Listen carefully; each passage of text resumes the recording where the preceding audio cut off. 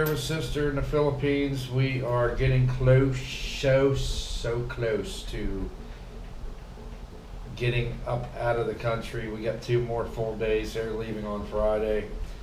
Had some questions I wanted to ask her since she's been here, and one of them was, what have you learned about the Philippines? Just their everyday, how they live on a daily basis, basically, is that they can have so little and be appreciative of what they got.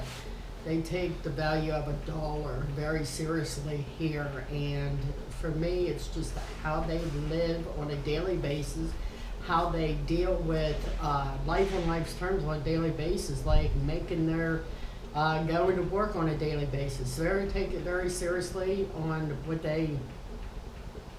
they do here daily, and I would have to say that was.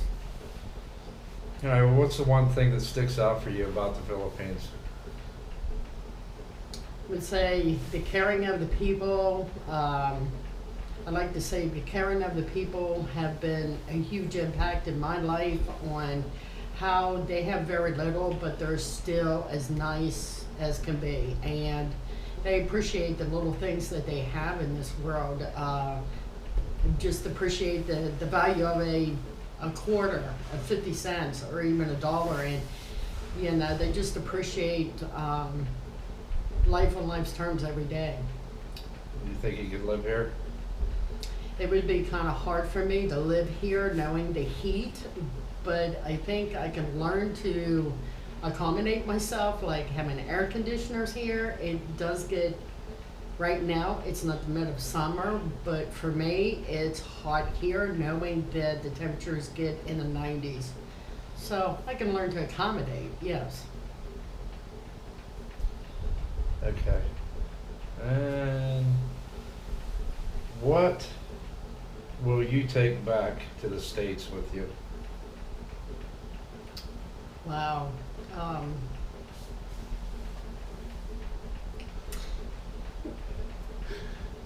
would have to say it changed hard. I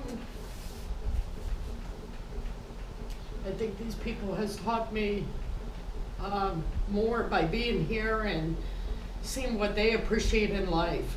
For me, I've taken life for granted, but being here has opened my eyes and changed my heart, because they have very little and they appreciate what God gives them every day, and for me that's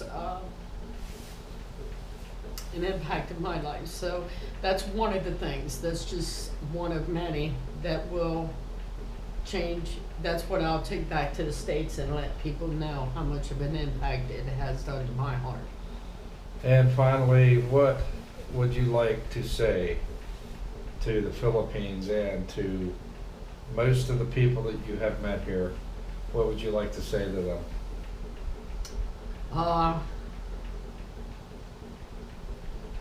That my heart goes out to them.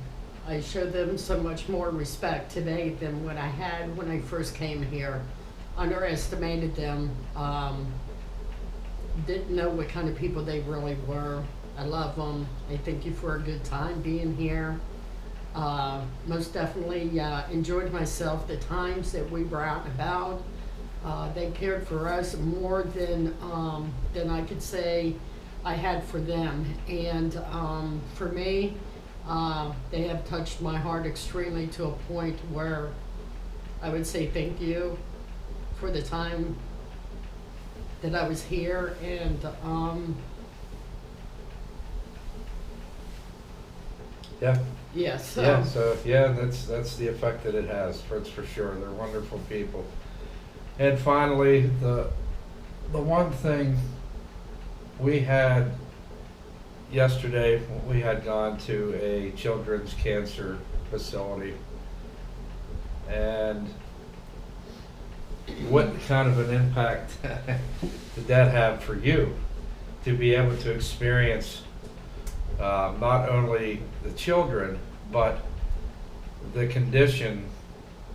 I'm not saying that it's a good condition, because it's a wonderful organization, and I think that if anything, you can't walk into something like that and not be changed. it'll change you. But what was your initial reaction to going into this facility and seeing these children there that have cancer? I think my first reaction was the atmosphere that we first walked into. I think I was expecting a hospital. I was expecting to walk into a building that had roofing, walls, running water, air conditioners, all kinds of things. And this is what you see back in the States. And I think the impact that I had first was the facilities. When we first walked in, she told us that they just got a roof over their heads, and actually it was a halfway house to where they have about approximately 20 kids.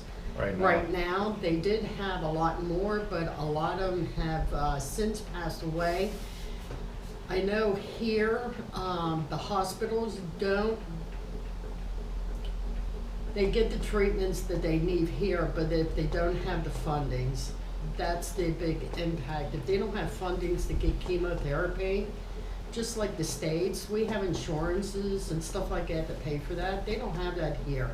They have to come up with that money. And if it costs hundreds of dollars for one child to get chemotherapy, to me, it's a shame that the government here, the mayor, and the different people here that work with these kids, and these kids don't even, they need that opportunity to grow in their lifetime, and it's a shame that people like that won't help them here. To me, the impact was seeing the smiles on these kids' face, the parents, the mothers were here. Each child needs to have a parent with them when they do come to this place. And to me, just seeing the kids with smiles, but you can see that it takes an impact on the mothers or any parent because of the fact that they don't know whether or not their child's going to live the next day or not because they don't know if they get the fundings. To me, that touches my life, knowing that these kids may not have a future because it's based on their fundings. And the lady that is involved with this, I give her a hands up for to me, she's courageous. And she's got a lot of courage to step out and say, I want to help these kids. I want to give them a home.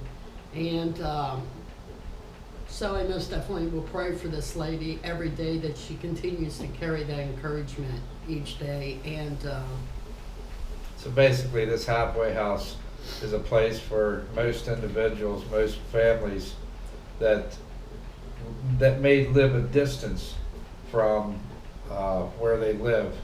This halfway house for cancer patients, they're actually sent from the hospital to come to this place to make it easier for travel, right, for these kids to have treatments. And like Tammy said earlier, unfortunately, if the funding is not there, these kids will not survive. These kids, it's very sad that it's just sad that it's just sad knowing you don't that, have your country yeah, backing you on that. There is a Philippine Cancer Society here, but as far as helping with this particular organization, she got shot down. yeah. They're not willing to give any kind of funding whatsoever. So it takes people like us, people with solid mind and solid hearts, okay, to take a look at that and say, we need to try to do something to change that, to make sure these kids can get the help that they need. Because I can honestly tell you, if it was one of my kids and I was in that situation, I've looked at a lot of those mothers sitting there yesterday, and they looked really sad, only because they don't have a nickel in their pocket. Right. And they don't know how their child is going to get their next therapy. So I met a lady yesterday, and her little girl was diagnosed with cancer in the blood, and she was diagnosed that when she was born. And She was happily married and had this child, and she got kicked out of her house from her own husband because he didn't want to deal with the fact that his daughter had cancer. So Because of the financial the challenge that financial brought that situation brings is with very it. hard He to. didn't want anything to do with it. Yeah. So he threw them out on the street, basically. And this is where they're staying, is this halfway house. So So, Each- with just that, you know, that was one of the significant things that we experienced here in the Philippines. And you know, anytime I come over here, I always try to go to these places because it's, you know, I don't know how you can see this stuff and not want to help. So anyhow, yeah, there you have it. There's Sissy. There's your. This is it. So we got 2 more full days here, and then we're headed back to the States. Anything you want to say to anybody back home? I do miss them, but I just want you to listen to what we're saying here, because it does have a huge impact. Cancer